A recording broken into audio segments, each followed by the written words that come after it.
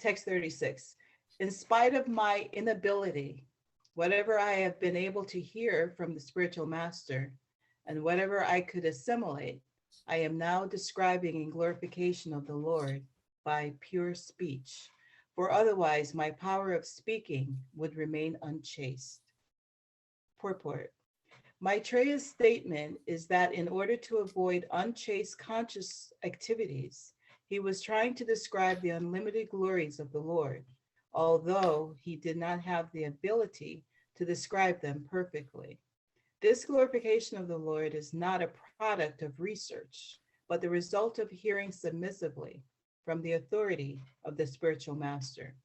It is also not possible to repeat all that one has heard from his spiritual master, but one can narrate as far as possible by one's honest endeavor. It does not matter whether the Lord's glories are fully explained or not. One must attempt to engage one's bodily, mental, and verbal activities in the transcendental glorification of the Lord. Otherwise, such activities will remain unchaste and impure. The existence of the conditioned soul can be purified only by the method of engaging mind and speech in the service of the Lord. Thank you. That's wonderful. That's what we're trying to do here. Engage our mind and speech. Mind by reading and speech by reading and hearing. Thank you. Do you want to say something about that, Mambataraji? No, not necessarily. I appreciate reading that. Yeah. Okay, sweetie. Thank you. Okay, now Amy, would you like to read next, Amy? Yes, Hare Krishna. Sama Priya Mataji. Srimad Bhagavatam 3.6.37. The highest perfectional gain of humanity is to engage in discussions of the activities and glories of the pious actor. Such activities are so nicely arranged in writing by the greatly learned sages that the actual purpose of the ear is served just by being near them. Just by being near the writing by the greatly learned sages. The actual purpose of the ear is served. Purport. The impersonalists are very much afraid of hearing the activities of the Lord because they think that the happiness derived from the transcendental situation of Brahman is the ultimate goal of life. They think that anyone's activity, even that of the personality of Godhead, is mundane. But the idea of happiness indicated in this verse is different because it relates to the activities of the Supreme Personality who has transcendental qualities. Go on. Purport continued by Srila Prabhupada. The word gunavadam is significant because the qualities of the Lord and his activities and pastimes are the subject matter for the discussions of devotees. A rishi like Maitreya is certainly not interested in discussing anything pertaining to mundane qualities. Yet he says that the highest perfectional stage of transcendental realization is to discuss the Lord's activities. Srila Jiva Goswami therefore concludes that topics regarding the transcendental activities of the Lord are far beyond the transcendental realization of Kaivalya happiness. These transcendental activities of the Lord are so arranged in writing by the great sages that simply by hearing of those narrations, one becomes perfectly self-realized, and the proper use of the ear and the tongue is also achieved. Srimad Bhagavatam is one of such great literatures, and the highest perfectional state of life is attained simply by hearing and reciting its contents. Hare Krishna.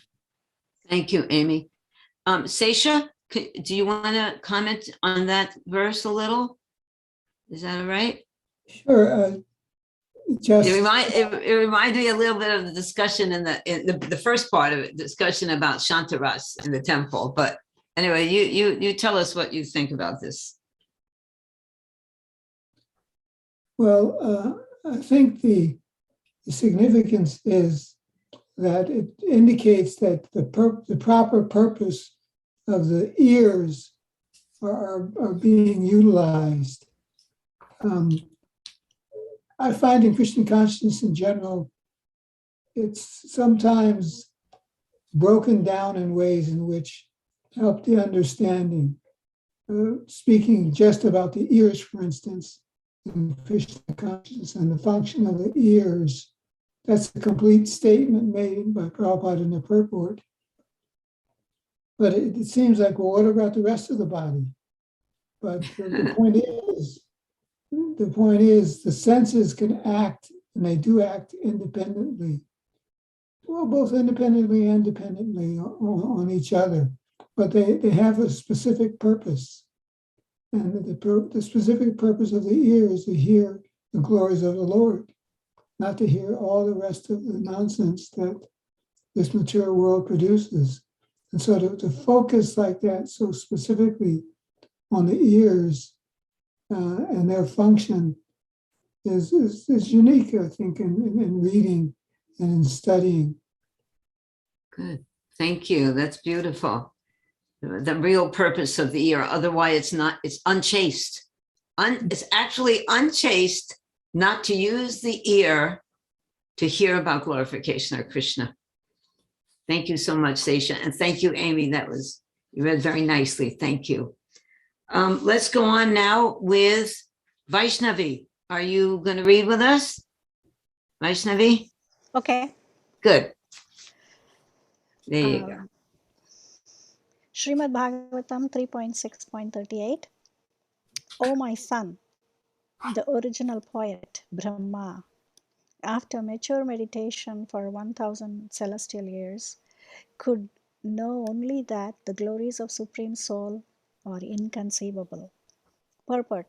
It is said in the Brahma Samhita that the mental speculator may fly through the sky of speculation with the velocity of the mind or the wind for thousands of millions of years, and still he will find it inconceivable. The devotees, however, do not waste time in such vain searching after knowledge of the Supreme, but they submissively hear the glories of the Lord from bona fide devotees. Thus, they transcendently enjoy the process of hearing and chanting. Should I continue? Okay. Yes. Mahatmas are fond of indulging in mental speculations, but they actually take to the devotional service of the Lord without the slightest deviation. Devotional service is manifested by the primary process of hearing and chanting about the activities of the Lord. This transcendental method practiced by Mahatmas gives them sufficient knowledge of the Lord, because if the Lord can at all be known to some extent, it is only through the means of devotional service and no other way. One may go on speculating and waste the valuable time of this human life, but that will not help anyone to enter into the precincts of the Lord.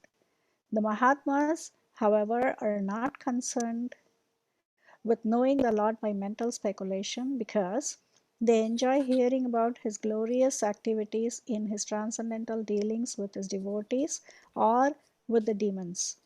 The devotees take pleasure in both and are happy in this life and the life after. Thank you, Vaishnavi. I wanted to just ask you one question. Why is devotional service the only way to approach Krishna?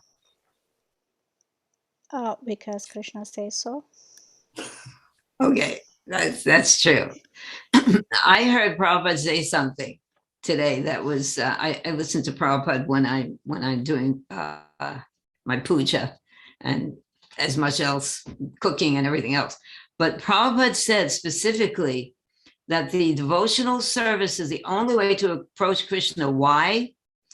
Shravanam Kirtanam, by hearing, by chanting, by serving, because devotional service is transcendental. And Krishna is transcendental. His name is transcendental. His form is transcendental. His activities are transcendental. the only way to approach Krishna is through transcendence, and that transcendence is devotional service. I thought that was really wonderful. The reason why we can approach Krishna through, not only that we're his servants, and but that it is a transcendental medium. I thought that was kind of far out.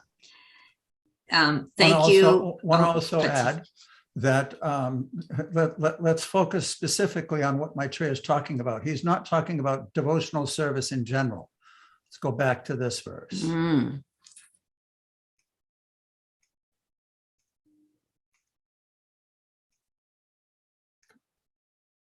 The highest perfectional gain of humanity is to engage in discussions of the activities and glories of the pious actor.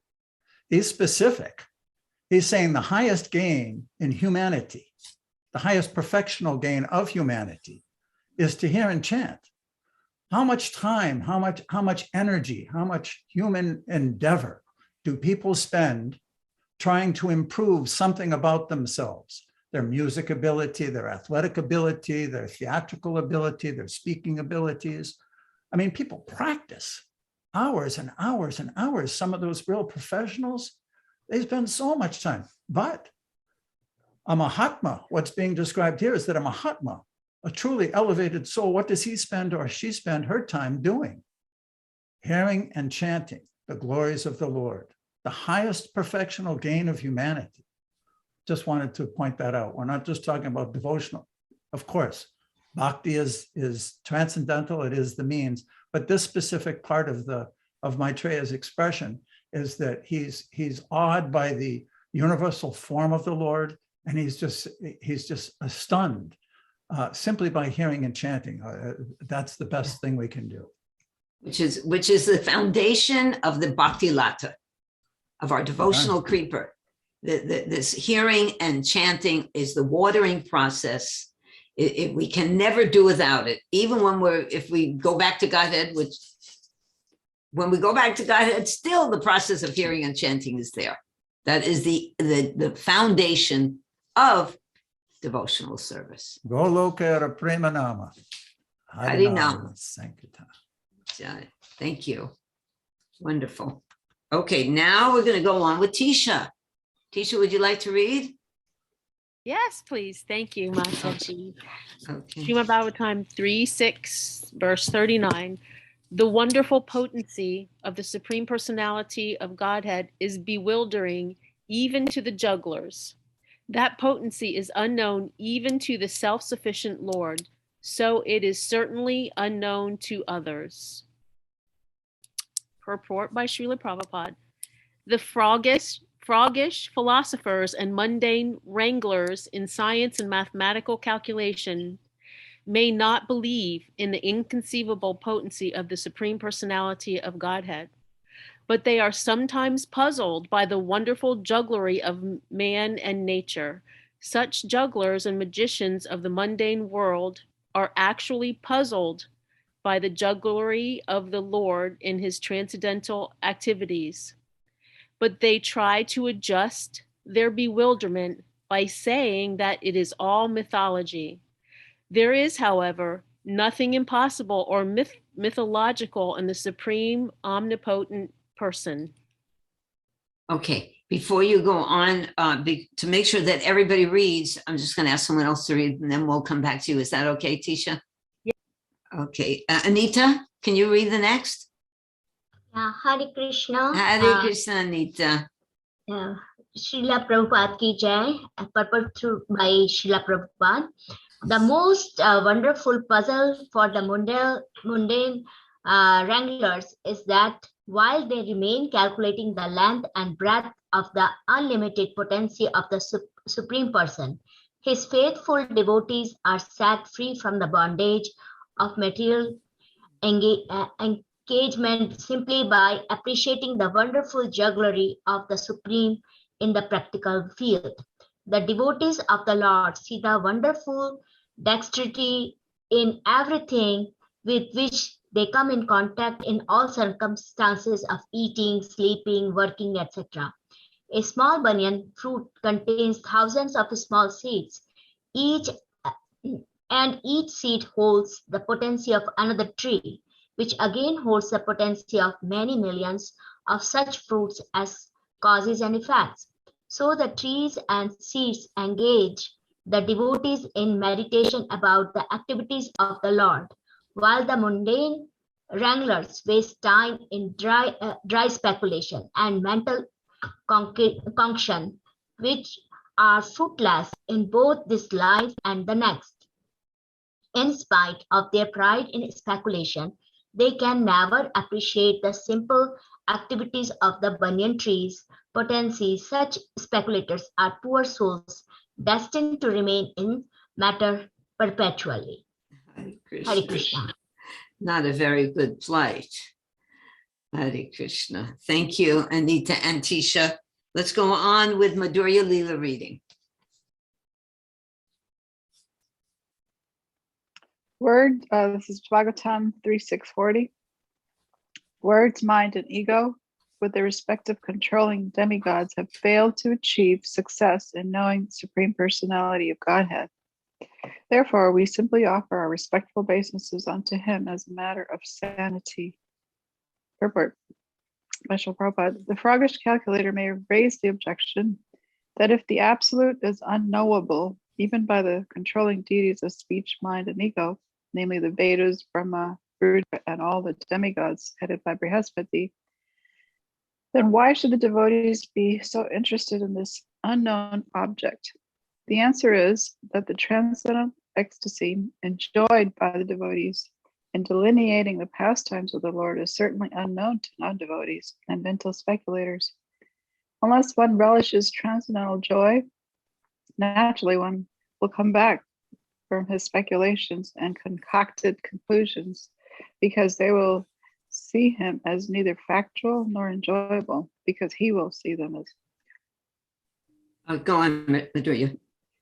By culture of Vedic knowledge, one must know Lord Krishna and should not falsely speculate on the word aham or I.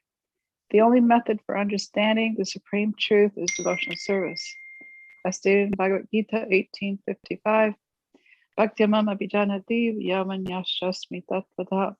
Only by devotional service can one know that the ultimate truth is the Supreme Personality Godhead, and that the Brahman and Paramatma are only his partial features.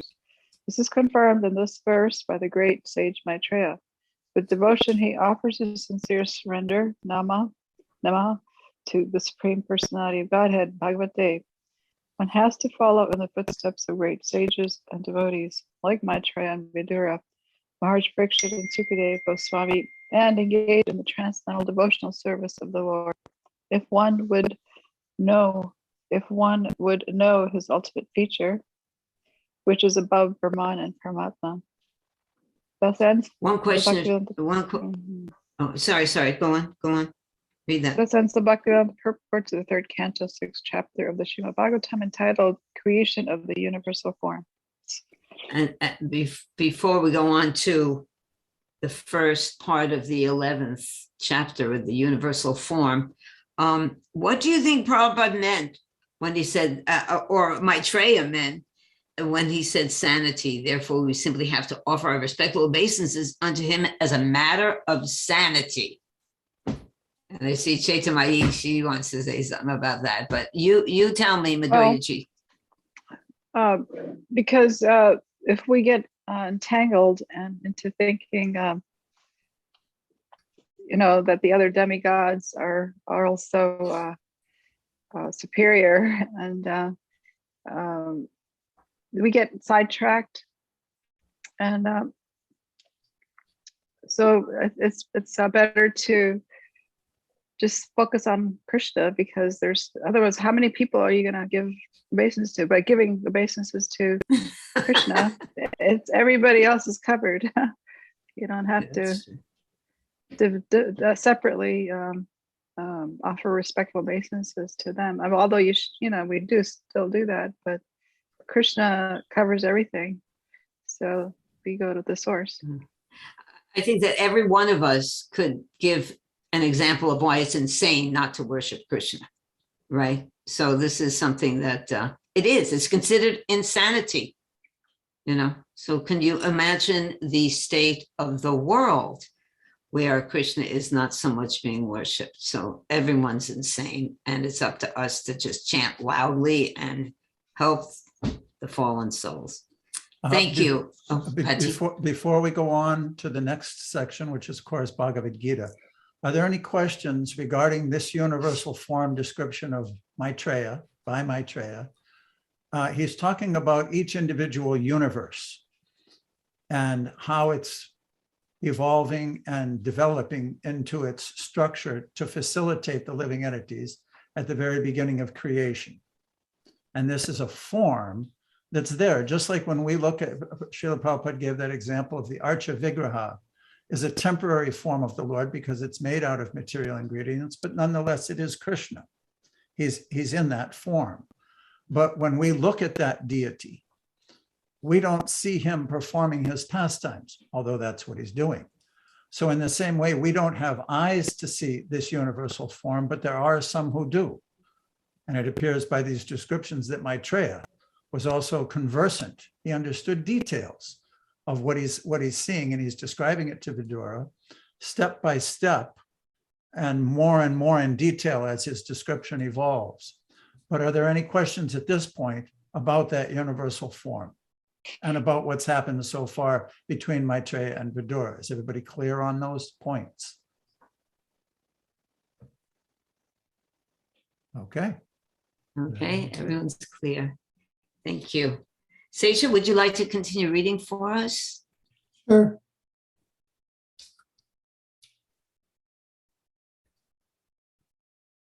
Going to put up a specific verse? I will. This is Bhagavad Gita, chapter 11, the universal form. Bhagavad Gita as it is, Srila Prabhupada, chapter 11, text number 1. Arjuna said, I have heard your instruction on confidential spiritual matters, which you have so kindly delivered unto me, and my illusion is now dispelled. Purport. This chapter reveals Krishna as the cause of all causes. He is even the cause of Mahavishnu, from whom the material universes emanate. Krishna is not an incarnation. He is the source of all incarnations. That has been completely explained in the last chapter. You want to continue for a little bit? Are you able to read? Okay. Bhagavad Gita, chapter 11, text 2 and 3. O lotus-eyed one, I have heard from you in detail about the appearance and disappearance of every living entity as realized through your inexhaustible glories. O greatest of all personalities, O supreme form, though I see here before me your actual position, I yet wish to see how you have entered into this cosmic manifestation. I want to see that form of yours. Purport. The Lord said that because he entered into the material universe by his personal representation, the cosmic manifestation has been made possible and is going on. Now, as far as Arjuna is concerned, he is inspired by the statements of Krishna, but in order to convince others in the future who may think that Krishna is an ordinary person, Arjuna desires to see him actually in his universal form, to see how he is acting from within the universe, although he is apart from it. Arjuna's asking the Lord's permission is also significant. Since the Lord is the Supreme Personality of Godhead, he is present within Arjuna himself. Therefore, he knows the desire of Arjuna, and he can understand that Arjuna has no special desire to see him in his universal form, for he is completely satisfied to see him in his personal form of Krishna. But he can understand also that Arjuna wants to see the universal form to convince others. He did not have any personal desire for confirmation. Krishna also understands that Arjuna wanted to see the universal form to set a criteria for the future, that there would be so many impostors who would pose themselves as incarnations of God. The people, therefore, should be careful. One who claims to be Krishna should be prepared to show his universal form to confirm his claim to the people. Thank you, Sasha. Do you want to say something about that? Share some enlighten us. Well, I think it's an interesting dynamic that's going on between Krishna and Arjuna. Arjuna has just said he's personally satisfied knowing Krishna as a Supreme Personality of Godhead. But for some reason, which I think is a loving relationship between Arjuna and Krishna, Arjuna is asking almost to protect, he's trying to protect Krishna. Just so people won't misunderstand you in the future, I want you to show this form. It's almost taking a friendly role, protecting his friend from future defamation. But if Krishna is the Supreme Personality of Godhead and can show you the universal form, if he has that ability, then how can Arjuna do anything to help him in a sort of a friendly way, trying to help his friend? Thank you. Patti, can you add to that? That's beautiful. That's a seasoned devotee answer. Definitely.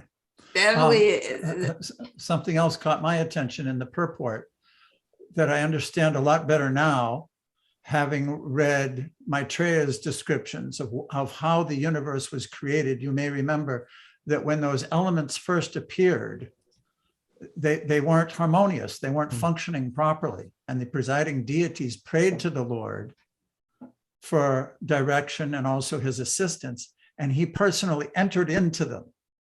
So this first sentence in the purport says, the Lord said that because he entered into the material universe by his personal representation, the cosmic manifestation has been made possible and is going on.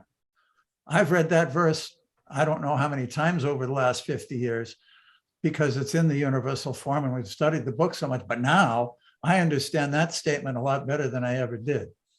So I'm appreciating it from a different angle. Thank you. Chaita, But did you have thank you something also, to say? Sasha. That was super. I never thought of that angle also. That out of friendship for Krishna, a little bit of a protective, okay, people aren't going to understand you in the future. You please show this so that everybody knows who you are. Before Chaita speaks, I also was thinking that Arjuna did not have to be convinced, but he is actually, aside from protecting, he's appreciating the magnificence of his dearmost friend, so that's also a wonderful, charming aspect. Chaita, did you want to say something? Yes, I just wanted to take Shesha's point about friendship to another place, which is that Arjuna is acting as a friend also to all of us. He's acting on our behalf. He knows that there's going to be confusion in the future. So he wants to prove to all of us beyond a shadow of a doubt that Krishna is indeed supreme. So in that sense, Arjuna is acting as Patita Pavana. Good. It looks like Krishna puts different devotees in that position. Another one is Maharaj Pariksit. He was put in a position where he is thinking about the welfare of everyone by hearing the Bhagavatam and asking different questions.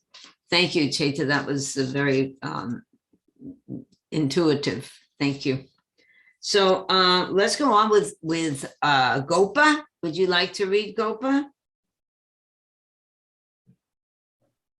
Gopa Yeah, ji? yeah, I'm here. I just have Okay. to, Hare Krishna, Gopa ji. yeah, I have to organize your picture a little bit here. Move this over. Okay. Bhagavad Gita 11.4. If you think that I am able to behold your cosmic form, O my Lord, O master of all mystic power, then kindly show me that unlimited universal self. Purport by Srila Prabhupada. It is said that one can neither see, hear, understand, nor perceive the Supreme Lord Krishna by the material senses. But if one is engaged in loving transcendental service to the Lord from the beginning, then one can see the Lord by revelation. Every living entity is only a spiritual spark. Therefore, it is not possible to see or to understand the Supreme Lord. Arjuna, as a devotee, does not depend on his speculative strength. Rather, he admits his limitations as a living entity and acknowledges Krishna's inestimable position. Did I say that right? Perfect. Arjuna could understand that for a living entity, it is not possible to understand the unlimited infinite. If the infinite reveals himself, then it is possible to understand the nature of the infinite by the grace of the infinite. Oh, goodness. Uh-oh, I did something to my screen. All right, you only, should I have someone else to read for now? It says safe driving mode. What is Oh, okay. You fix that one, sweetie, and we'll just go on I'm so with. sorry. I don't know what I did. That's good. It's the color you get. How about Elizabeth? Will you continue for her? Okay, Mataji, and the what's pronounced. The word Yogeshvara is also very significant here because the Lord has inconceivable power. If he likes, he can reveal himself by his grace, although he is unlimited. Therefore, Arjuna pleads for the inconceivable grace of Krishna. He does not give Krishna orders. Krishna is not obliged to reveal himself to anyone unless one surrenders fully in Krishna consciousness and engages in devotional service. Thus, it is not possible for persons who depend on the strength of their mental speculations to see Krishna. Very good. Any comment, Pati, or anyone? I'm thinking that this is a perfect example of how to approach the Lord. It's not that we don't ask for things in relationship to him, in relationship to our needs spiritually, to want to evolve and grow in devotional service, or even for the benefit of others. Arjuna here, it's described, he's not really thinking of his own revelation. He's actually thinking, as Sesha was saying, about others and their consideration. So it's a perfect example how he's approaching the Lord, rather than thinking that he's due something due to his great devotion. He's humbly submitting himself before the Lord. Thank you. It's beautiful. Okay. Do you want to read the next one also, Elizabeth? Yes, Mataji. Bhagavad Gita 11:5. The blessed Lord said, "My dear Arjuna, O son of Pritha, behold now my opulences, hundreds of thousands of varied divine forms, multicolored like the sea." Purport by Srila Prabhupada Ki Jai. Arjuna wanted to see Krishna in his universal form, which, although a transcendental form, is manifested for the cosmic manifestation and is therefore subject to the temporary time of this material nature. As the material nature is manifested and not manifested, similarly, this universal form of Krishna is manifested and non-manifested. It is not eternally situated in the spiritual sky like Krishna's other forms. As far as the devotee is concerned, he is not eager to see the universal form, but because Arjuna wanted to see Krishna in this way, Krishna reveals this form. This universal form is not possible to be seen by any ordinary man. Krishna must give one the power to see it. Okay, thank you. Shall we go on, or does anyone have a comment on this? All right. Tisha, would you read the next one? Yes, thank you. Bhagavad Gita 11:6-7. O best of the Bharatas, see here the different manifestations of Adityas, Rudras, and all of the demigods. Behold the many things which no one has ever seen or heard before. Whatever you wish to see can be seen only at once in this body. This universal form can show you all that you now desire, as well as whatever you may desire in the future. Everything is here completely. Purport by Srila Prabhupada. No one can see the entire universe while sitting in one place. Even the most advanced scientists cannot see what is going on in other parts of the universe. Krishna gives him the power to see anything he wants to see, past, present, and future. Thus, by the mercy of Krishna, Arjuna is able to see everything. Okay. Thank you. Okay, so next we're going to have Faye. Does Tisha have any realizations Oh, I'm about sorry. that? Getting a little Let's get a little confused. discussion. Tisha. Okay, Thank you. Tisha. Thank you. Go on. What I wanted to ask is that there was that line where I think Prabhupada said the universal form doesn't like exist in, it's not like Mahavishnu or anything. It doesn't exist. It was only like, was it only manifested at that time? Or that to me seems interesting. That it's not like in existence all the time. Want to answer that, Pati? How about Sesha? Does Sesha want to answer that? Seish?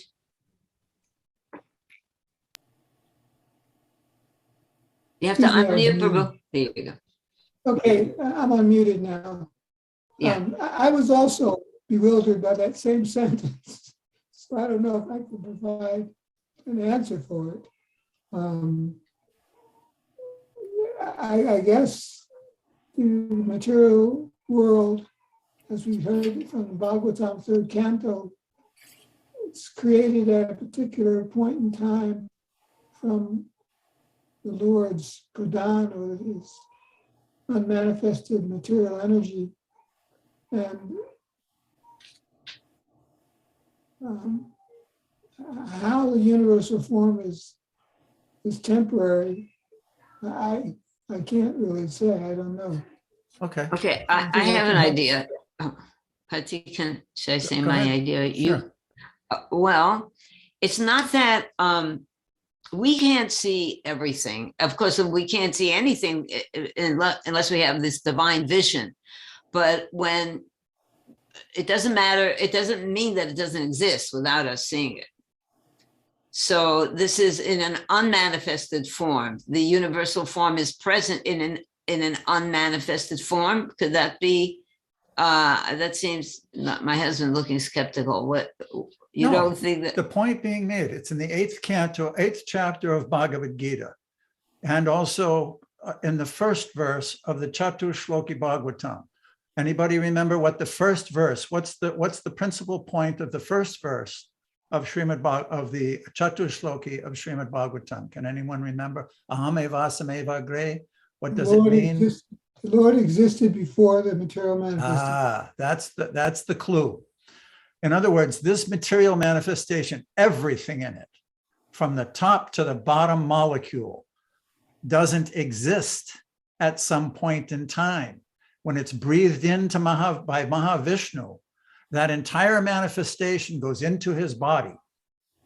And then when he breathes out, the entire thing comes up again. Now, whatever forms the Lord manifests in the material world, connected with that material world, are temporary manifestations. They're not eternal forms of the Lord. They're manifested when the material world is manifested. So this universal form, it's a form of each entire universe. There are like bubbles floating in the sky. It's even described that just like dust comes through the screen of a window, that's how many universes there are floating in the causal ocean. And in each of them is a Garbhodakshay Vishnu, And that Garbhodaksha Vishnu, during that 1,000 years of celestial 1,000 years prior to the creation of Brahma, he manifests an entire and takes over and manifests in the universe as this universal form.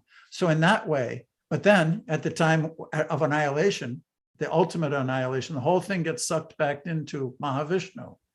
So my understanding is that that's why it's considered temporary. It's a temporary form of the Lord manifested in the temporary world, but it is a form of the Lord. It's Which just not keeps one of on his, coming, it's which not keeps one of on- his eternal forms.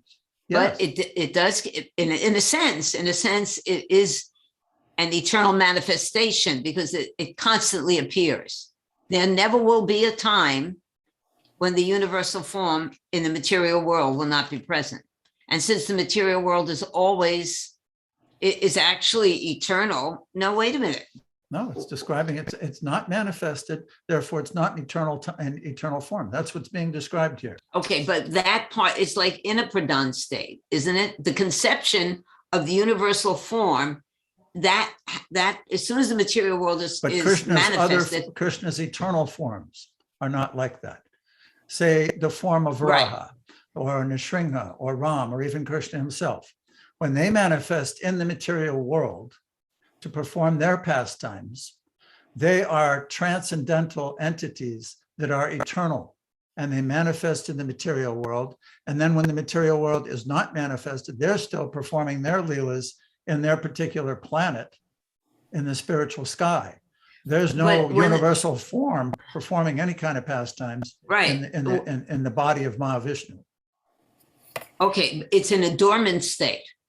We're not hearing anything the material about that. world. Quote a verse that proves that. I'm just asking, in the material world, when the creation is finished, when the last day of Lord Brahma, and everything is withdrawn into the body of Mahavishnu, there is a time when it will reappear. It will reappear. So in that sense, it is something that keeps coming back. And that is what I was talking about as eternal, that conception that the material is always in a pradhan state. It's the ingredients are naturally existing and they will manifest when the conditioned souls and the desires I think it's amalgamate. We read that in the beginning. Although we may take that into consideration, in these purports, it's being very clearly explained that it is different from the other Oh yeah, it's eternal different. forms of the Lord. Okay. It's total. It is. You're saying the but potential is there. I'm yes. focusing on the other side of the coin. That Okay. in the Just purports. mentioning, not a Okay. big deal. I just mentioned. Go ahead. that- Elizabeth that wants to it's say there. something too. Elizabeth. It's like what I was explaining, that the building and then the building is manifested and then the building is destroyed and atoms are there, but the building is not manifested. So in that case, the universal form is just everything that comes into the material creation, that it is manifested and unmanifested. Actually, that's not, now we're starting to get into the subtle aspects of what material energy is. The Buddhist philosophy is that material energy is eternal and that it will never be ultimately destroyed. This is not the Gaudiya Vaishnava Siddhanta. This Krishna says in Bhagavad Gita that it's annihilated. The whole thing is annihilated. There is no material energy at the point when Mahavishnu inhales. It's in an unmanifest pradhan state, which is not really the manifestation of, because otherwise, why does he have to glance over it again? All it would do is come out and function. But without the Lord's glance, it doesn't function. So it's not really there. Well, we could call that a Shinta Beta Beta Tattva. Okay. Yes. All glories to Lord Chaitanya. All glories to Lord Chaitanya. Okay. Thank you, everyone. The next, let's hear from Faye and then Chaitanya. We'll finish up.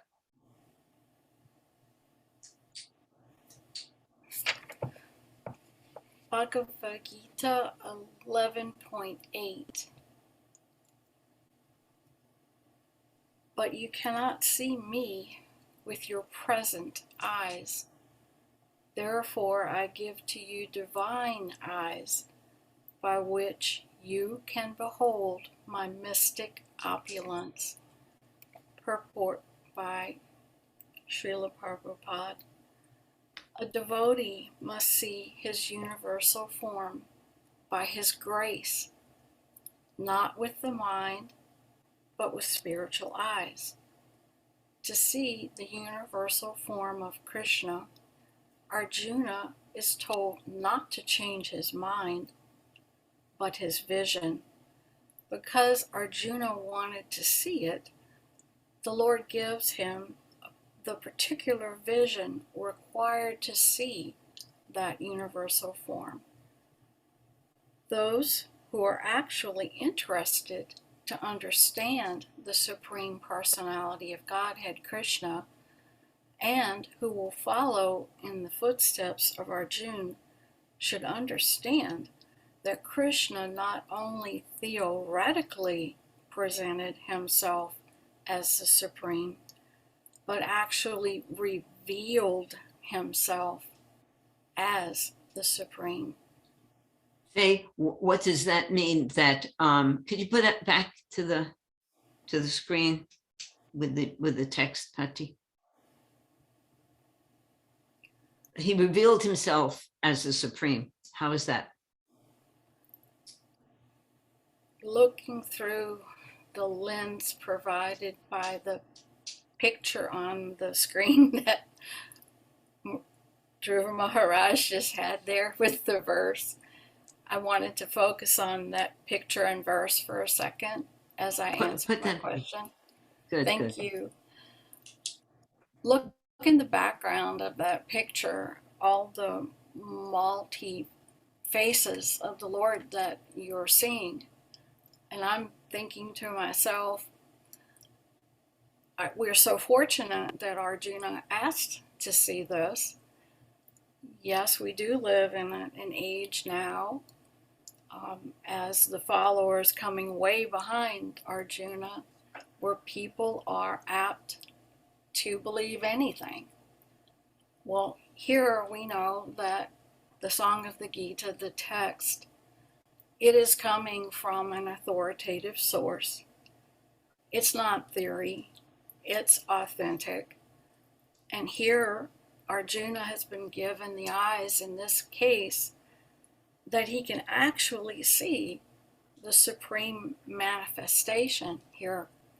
We're looking at one of the opulences of the Lord. In a few more verses, we're going to see where Arjuna is going to see some terrifying things, including the deaths of all on the battlefield except for a few select Pandavas. We're also going to see some things from the sidelines if we think about Sanjaya for a moment. Does anyone remember Sanjaya, who was also witnessing some of these things and reporting it to the blind king as the battle on the Kurukshetra was unfolding?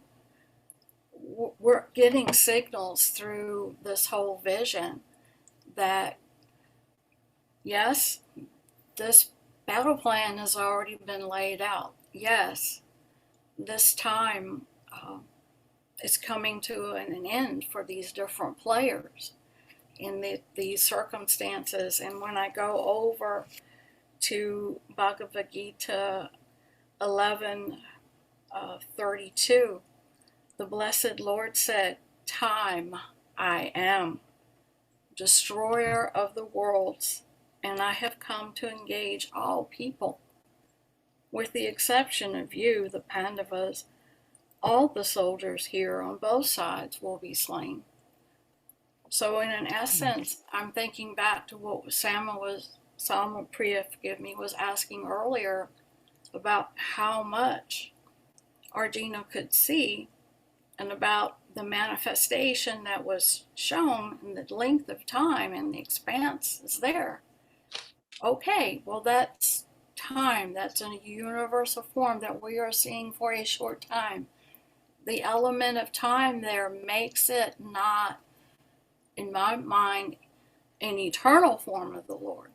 This is Very good. something that you're seeing for a specific amount of time. Time I am, says the Lord. He is the destroyer. So, okay, we have another universe, another wonderful breathing in and breathing out, and more entities coming in and coming out.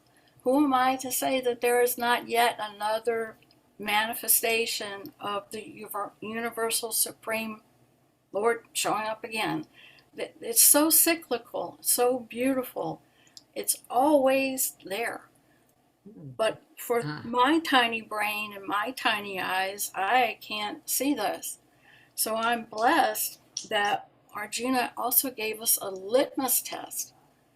A litmus test being, okay, devotees, if anyone else comes along and says, hi, I'm Krishna, what can you ask him to do that will prove he is Krishna? Definitively. Show, please, your universal form. It's a litmus test. And the third thing that I was wondering about here, about our vision and the temporary vision that we have and what is going on here. Okay, our perception is very limited, yes. And we're blessed to have all of this divulged. But Krishna doesn't show himself to anyone and everyone. He shows himself more particularly to those who are inclined to be his devotees.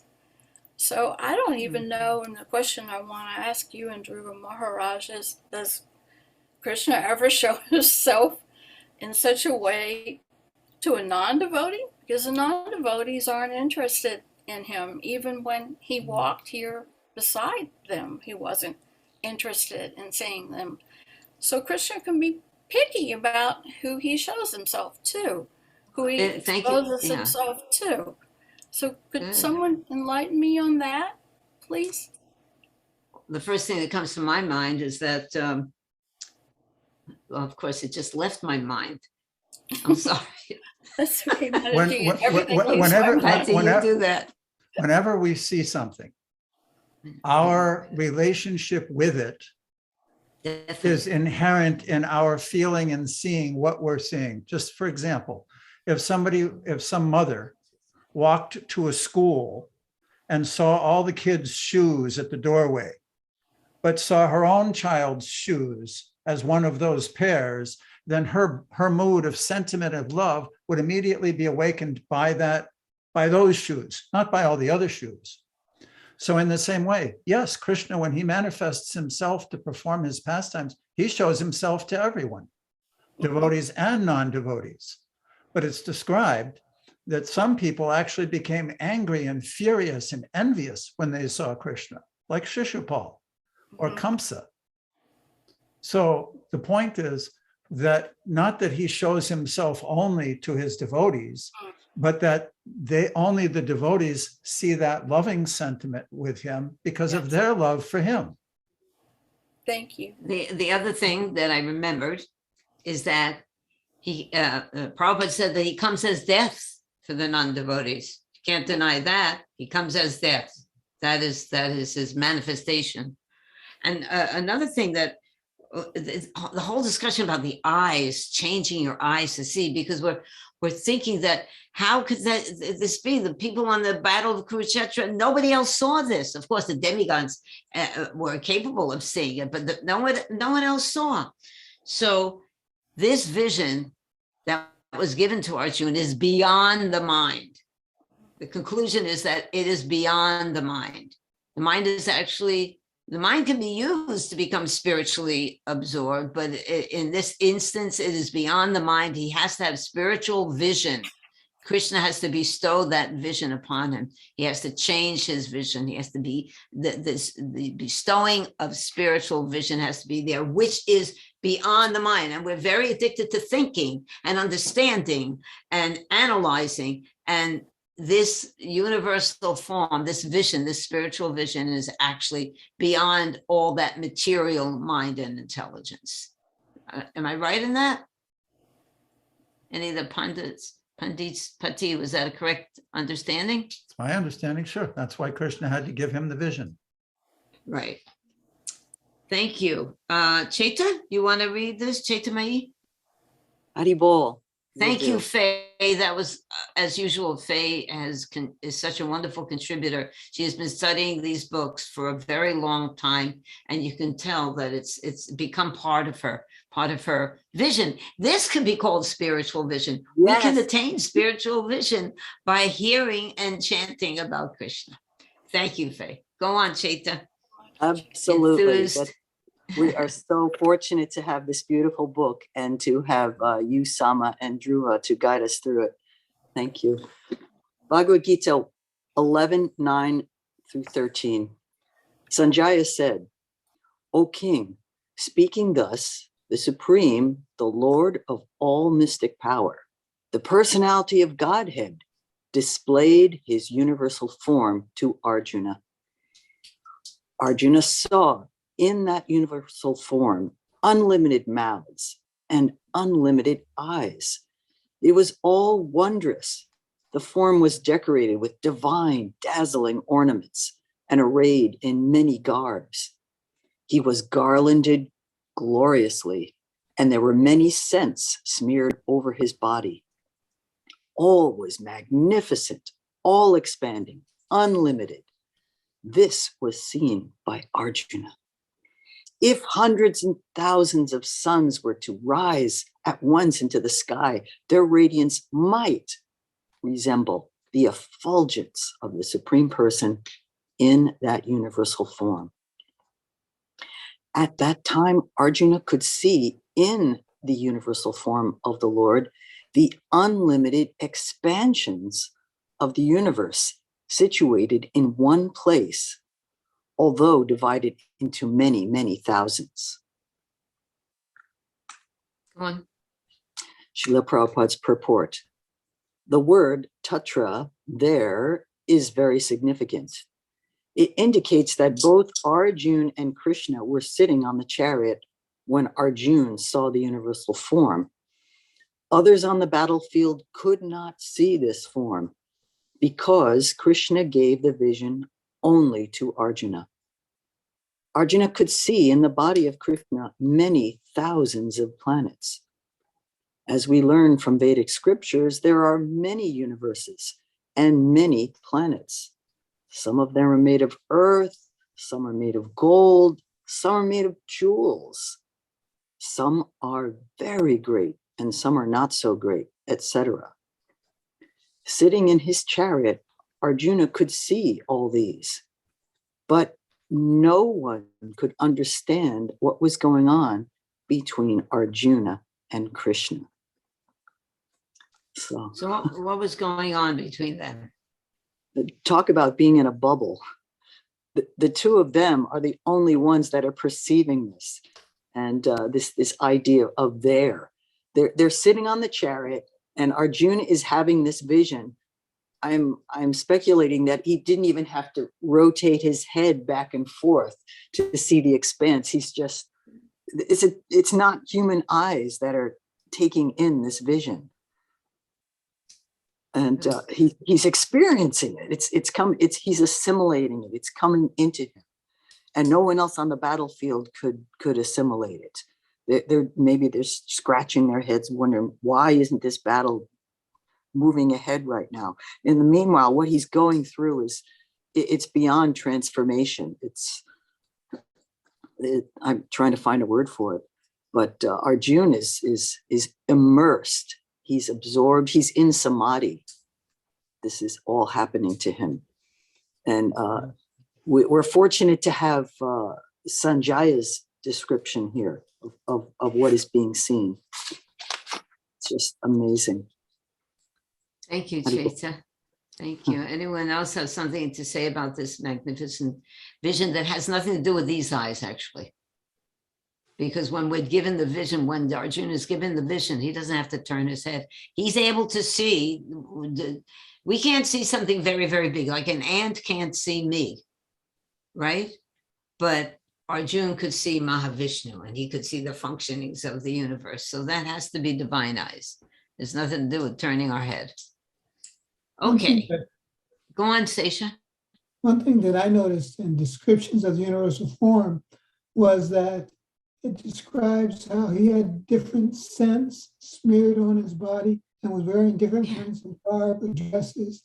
So there's nothing impersonal about the universal form. Something that you tend to think, well, ultimately it's impersonal or something.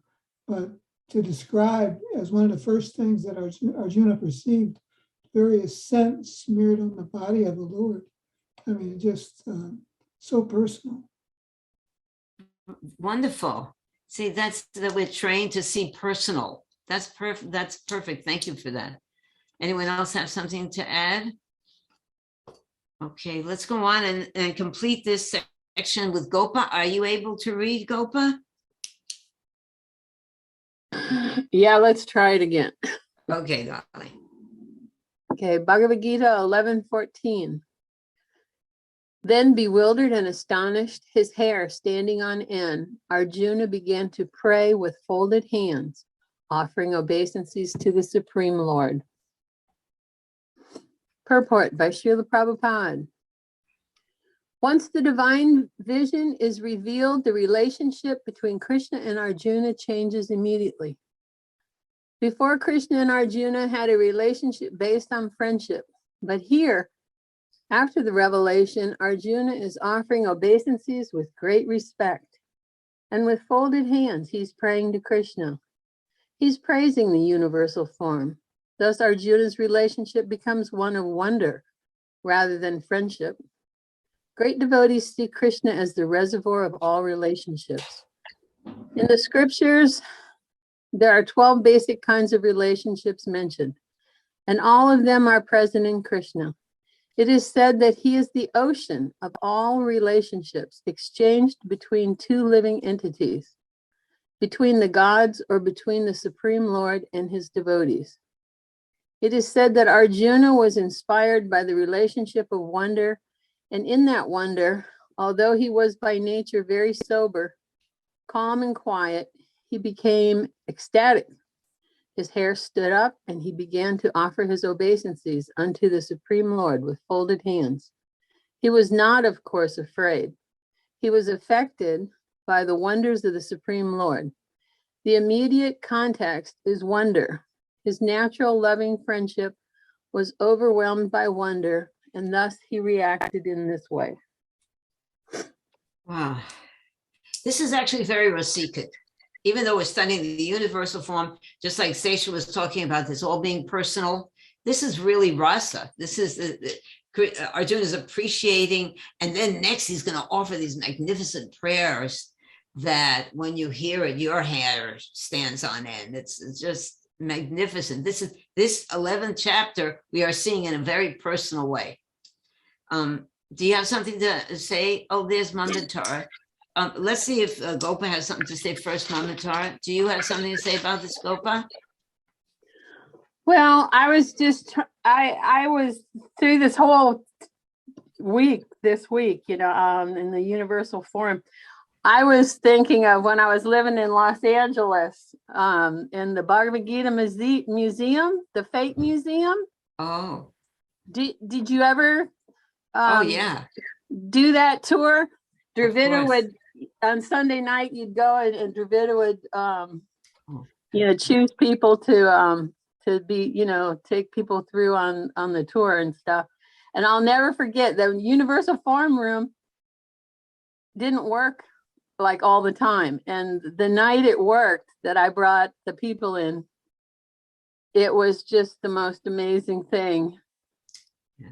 I don't know if anybody here has ever even seen pictures of it, but it's definitely something to behold. Good. And that's just with material eyes, right? Or is that considered transcendental too? I mean, it's not like the universal. Okay. Anyway, that's what I was just saying, that it was such a beautiful that museum is just so amazing. I don't even know if is it still working? Is anybody know? I don't know. Really a masterpiece, a real masterpiece. Anyone else? Oh, Chait, what, go on, Gopa. No, I was just going to say about the hair standing on end. Not that I, realized it that way or anything, but it's just such a nice way to show people, who are searching and trying to understand that it's just magnanimous. That universal form room in the Bhagavad Gita Museum. Wonderful. Thank you. Manjantaraji, did you have something to say? Thank you. Thank you. So as I was thinking, as Seisha was speaking about the different forms in the universal form with Arjuna, but I was thinking, does everybody sees it differently that sees Krishna in the form? Because Krishna also revealed himself to Dhritarashtra, and he gave him eyes literally to see it, because he couldn't see it because he was blind. But as you said, it's not, he's seeing it with his, he's not seeing it with his physical eyes. So Dhritarashtra was able to see Krishna's universal form. He saw differently. He was more mystified. And then, like Bali, he with Krishna dwarf's form. Vamana. Vamana. Yes, Vamana. Thank you. He also saw it in a different way. So I'm wondering if it's like when Krishna and Balaram went to chastise Kamsa, how all the people were seeing them differently. So is the universal form kind of like that for different people? Excellent example. I don't know. That Krishna and Balaram, when they went into the wrestling arena, it's one of the examples, of a prime example of how all different people saw them differently. Yes, it is. At the end of the chapter 11 that we're reading in Bhagavad Gita, at the end, Krishna says, no one has ever seen this form before. And in the purport, Srila Prabhupada mentions that some commentators say that Krishna also showed his form to Duryodhana or Dhritarashtra, as you mentioned. But it's clearly said in this verse that no one had ever seen this form before. So he's indicating, yes, there are different ways to see, Krishna gives different vision to different people. Just as like that example I gave earlier of the lady walking in to the school and seeing the shoes, and she sees those specific shoes, and because of her relationship with them and with her baby, she feels something special. So each person sees and experiences Krishna differently. Very nice. One nice point also here, it said that he was, where is that?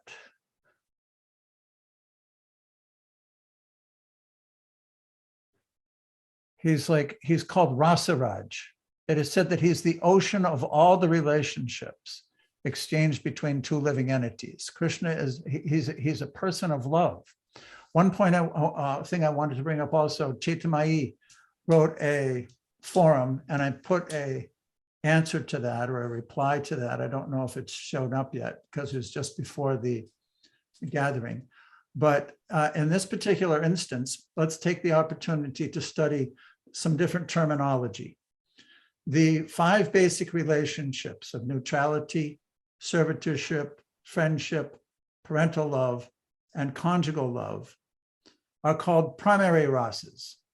And when a living entity awakens and matures to the inherent relationship that is within each soul, that particular mood is called sthayi bhava. It's a permanent, inherent quality. Now here we see Prabhupada mentions that Arjuna's relationship with Krishna is one of friendship. That's his sthayi bhava. But then he says here, once the divine vision was revealed, the relationship between Krishna and Arjuna changes immediately. Before, Krishna and Arjuna had a relationship based on friendship. But here, after the revelation, Arjuna is offering he's offering obeisances with great respect. With folded hands, he's praying to Krishna in wonder. So there are 7 guna rasas, secondary rasas, that sometimes manifest due to particular time, place, and circumstances. And this always taking place in Vrindavan and in all relationships with the Lord. And that's what makes relationships so tasty. So this, when he says it changed the relationship to one of wonder, it does not mean that he lost his sthayi bhava, friendship with Krishna, which is his eternal relationship. It's a temporary manifestation due to the moods that are manifest at that particular time, and the wonder becomes dominant over the friendship. Just wanted to make that clear. And it's like Samapriya said, it's a beautiful pastime to become involved in the actual rasa. What's going on between Krishna and Arjuna? Chaitanya, you read that beautifully. Thank you. That was super. Kind of just hearing you could get the vision of, and then Sesha caught the sense. So much, the sense on smeared on the body of the Lord, so much going on there. Yeah. I just wanted to ask Anita, are you still with us, Anita? Do you have any? Hare Krishna, yes, I am there. I'm Okay, here. sweetie. Do you have something that you want to ask or to add to this? I haven't heard much from you.